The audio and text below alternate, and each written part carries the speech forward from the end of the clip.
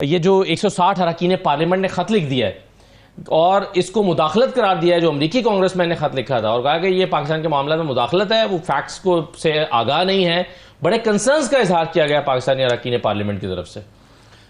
पहली बात तो जहाँ तक मैंने सुना है ये ख़त उनको नहीं लिखा गया। हाँ, इनको लिखा गया। यानी ये ख़त वज़ीर आज़म शहबाज शरीफ साहब को लिखा गया है और वज़ीर आज़म शहबाज शरीफ साहब को कहा गया है कि वो आगे ख़त लिखें। अब वज़ीर आज़म शहबाज शरीफ साहब इतने बिज़ी हैं, मसरूफ़ हैं। एक तरफ चीन हमें कह रहा है कि अगर सिक्योरिटी बेहतर ना की तो प्रोजेक्ट जारी नहीं रह सकते।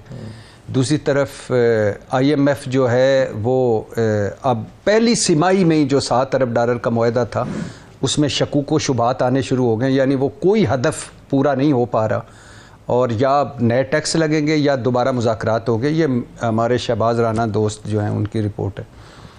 और तीसरी तरफ वो सऊदी अरब से कतर से वापसी उम्मीदें आएंगे, तो बड़े मसरूफ़ हैं। और अब शहबाज शरीफ साहब एक ये भी काम करेंगे कि लिखेंगे, अगर उन्होंने ख़त लिख दिया तो अमरीकी अवानों में तो ज़लज़ला आ जाना है। पर हो सकता है बाबा बाइडन अपनी वो इलेक्शन मुहिम छोड़ दे, हो सकता है ट्रंप भी आ जाए वाइट हाउस में कि ये इतना बड़ा खाता में आ रहा है, पता नहीं क्या बनेगा। अब तीसरी बात ये है कि 160 में से कितने असली अरकान पार्लियामेंट हैं ये भी तो पता चलना चाहिए। कितने फार्म 47 के और कितने फार्म 45 वो तो खुद उन्होंने बता दिया ना इस खत में। वो कहते हैं कि जी पूरी दुनिया में इन इंतखाबात को आलमी सतह पर आज़ाद और मुनसिफाना तस्लीम किया गया है। मेरा चौथा पॉइंट था। अल्हम्दुलिल्लाह दुनिया में कोई एक बंदा बता दे, कोई एक ऑर्गेनाइजेशन, फाफन, पटन, अमेरिका, बरतानिया, यूरोपीय यूनियन, जिसने कहा हो कि शफाफ हुए हैं। अच्छा, फिर हमारी पूरी सियासत में से कोई एक पार्टी बता दें जिसने कहा हो कि शफाफ हुए हैं। ये तो इतने इलेक्शन पाकिस्तान की 76-77 साल तारीख के शफाफ इलेक्शन है कि सबको पता है कि जुर्लू फिरा है। यानी मुस्लिम लीग नून वाले खुद कह रहे हैं, जावेद लतीफ़ साहब ने कहा, वो निसार चीमा साहब ने कहा कि मुझे जितवाने के लिए कहा गया, मैंने कहा रहने दो।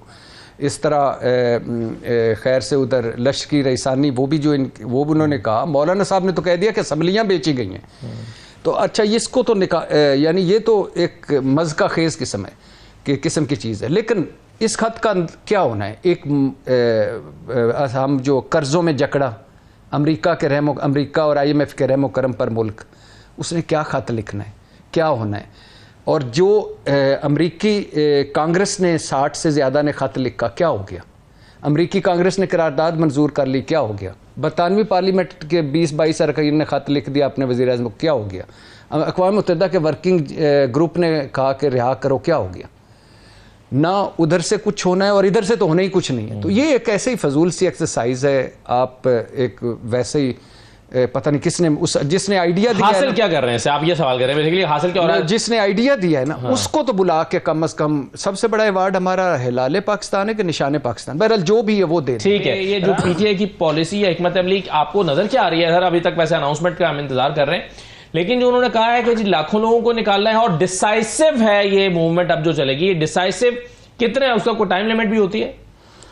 मुझे एक बात बताएं, अभी मैं पनामा में नवाज शरीफ साहब के वकील सलमान अकरम राजा की गुफ्तगू सुन रहा था, जो एक हादसे और इत्तफाक की वजह से पाकिस्तान तहरीक इंसाफ के सेक्रेटरी जनरल बन गए और ये भी कुर्बे क़यामत की निशानी है।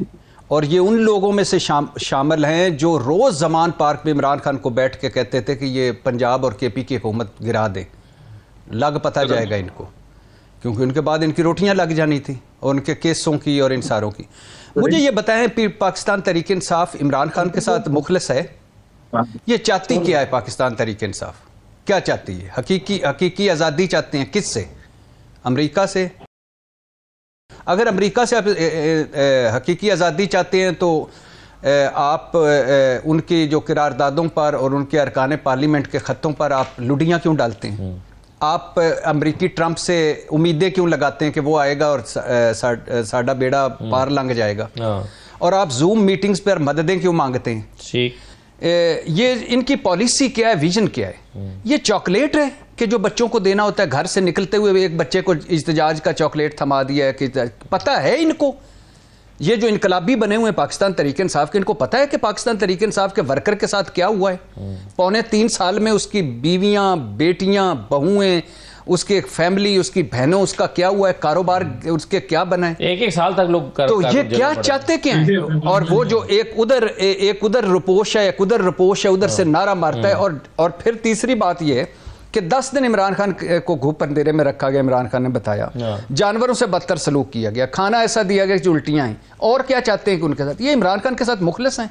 आधे बुशरा बीबी के इर्द गिर्द जमा है, आधे अलीमा खान के इर्द गिर्द जमा है, आधे केपी में इस उम्मीद पे बैठे हैं कि अली अमीन गंडापुर के सर से हाथ हटे तो हम वजीर आला बने।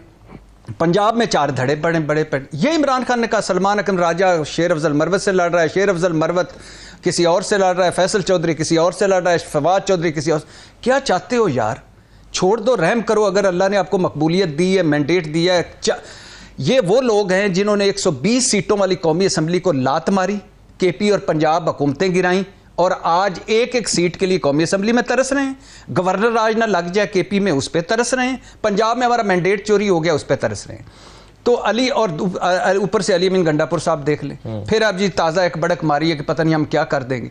लाहौर उस वक्त पहुंचे जब जलसा मुक गया, पिंडी पहुंच ही नहीं पाए, डी चौक से जाकर निकले अपनी असम्बली में। तो खुदा का खौफ करें यार, क्या हर वक्त इhtजाज नहीं होता, हर वक्त सड़कों नहीं होती, हर वक्त जलसे जलूस नहीं होती। हिकमत अमली से काम लें, इमरान खान की मुश्किलें कम करें, थोड़ा सा रास्ते निकालें, सियासत में वापस आएँ, सोचें, बैठें, अपने अंदर इत्तेहाद पैदा करें।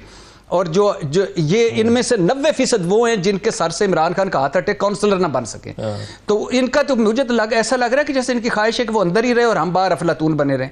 तो खुदा के लिए पार्टी पर रहम करें, लोगों पर रहम करें सर। लेकिन इसमें एक चीज भट्टी साहब, आप ये तो है ना कि नून लीग के एतमाद में इस लिहाज से जरूर इजाफा हुआ है कि उनको लगता है कि हमने जो एक कम्युनिकेशन लाइन कुछ दिन के लिए काटी इमरान खान की, और पार्टी जो है वो हमें बिखरी हुई दिखाई दी है, तो यूनिटी पार्टी के अंदर ख़त्म हो रही है, पार्टी का शिराजा बिखर रहा है, हमारे हवा चल रही है, हमारे कदम मजबूत हो रहे हैं। ये फील पीएमएलएन को पिछले कुछ अरसे में आई है, पिछले कुछ चंद हफ्ते में खास तौर पे। अगर मरियम नवाज साहबा के बाद आपको आई है तो दोनों को मुबारकबाद। अच्छा, जरा हल्कों में जाएं तो सही इक़्तिदार से। नहीं, मैं कह रहा हूँ नून लीग को आई है ये। नॉट एट ऑल भाई, कौन सी फील आई है? अच्छा, क्या कर क्या रहे हैं आप? अब तक आप कानून साजियाँ नहीं देखी पिछले जब से ये इक़्तिदार में आए? पहली क्या कानून साजी की? इमरान खान नैब का रिमांड ज़्यादा भुगते, 40 दिन भुगते, नैब तरमीम। दूसरी क्या नैब तरमीम की कि बंद केस चेयरमैन खोल सकेगा, 190 मिलियन पाउंड खुल गया। तीसरी क्या तरमीम की इलेक्शन एक्ट में कि धांधली का मक्खू ठप दें, ट्रिब्यूनल्स में इलेक्शन कमीशन के हवाले कर दिया, रिटायर लगाएगा वगैरह वगैरह। चौथी क्या की? मखसूस नशिस्तों के अगेंस्ट। पाँचवीं क्या की? अपना काजी फायज़ ईसा को जो बड़ी कुर्सी पे एक छोटा आदमी बैठा हुआ था, बड़े ओहदे पे एक बोना बैठा हुआ था, उसको नवाजने के लिए कि जस्टिस मुनीब और मंसूर एक तरफ हो गए थे। अब छठी क्या कर रहे हैं? 26वीं आईनी तरमीम देख लें।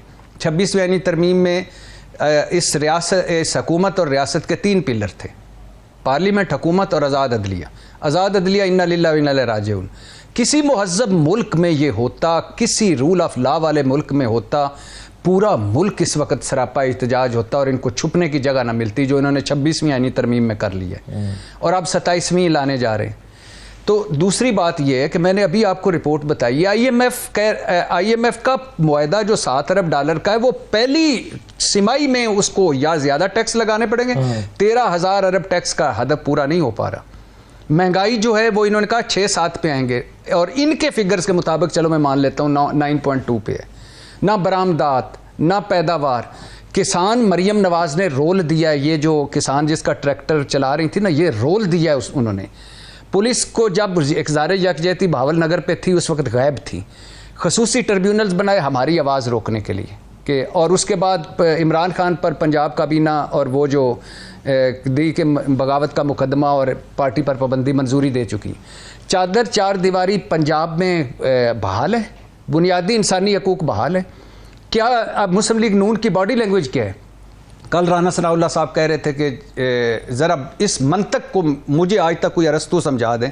राना साहब कह रहे थे कि जस्टिस मंसूर और जस्टिस मुनीब मुतनाज़े जज हैं, आइनी बेंच से दूर रहें। जस्टिस याहिया अफरीदी गैर मुतनाज़े जज हैं, आइनी बेंच से दूर रहें।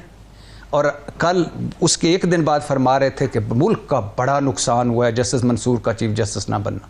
ये बदकिस्मती हमारी। ये इतना बड़ा जज हमने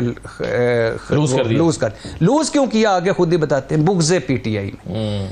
तो ये बुग़्ज़े पीटीआई क्यों मन से 26वीं तरमीम आई थी? सिंपल आसान लफ्ज़ों में कि उस बोलना रह जाए वो जो बोलना चला गया है, या ये मंसूर शाह साहब और मुनीब अख्तर ना बने, और ये क्यों ना बने, इलेक्शन डाका ना खुले। तो जिनकी कदम हजम मुख्तसर करके बता रहा हूँ, ज़मीन पर ना हो, जो जाली मैंडेट पर बैठे हों, जो सारे एक तहस नहस कर चुके हो अपनी पावर के लिए, उन कहाँ से आवाज़ चली है? ज़रा दोबारा इलेक्शन, मरीम नवाज साहब अपने हल्के से दोबारा लड़ लें इलेक्शन, देख लेते हैं आवाज़ चली है कि नहीं। अब उनकी जो वालिद साहब हैं वो यास्मीन राशिद की जगह खुद वोट करते फिर रहे हैं, उन चौधरी को, सदर जरदारी को, 26वीं तरमीम को। यास्मीन, हालांकि ये क़यामत वाले दिन यास्मीन राशिद पूछेगी कि ये मैंने तो दूसरी तरफ वोट देना था, ये मेरा वोट आप इस तरफ क्यों दे रहे थे? तो कहाँ आवाज़ चली है? ये हवाई बातें हैं, और इन पे अगर आप यकीन करते हैं तो ये पिछले माशाल्लाह 35 साल से ये हमें जो सुना रहे हैं, साड़ी हवा चल गई, हवा निकल गई है। अच्छा, हवा निकल गई है।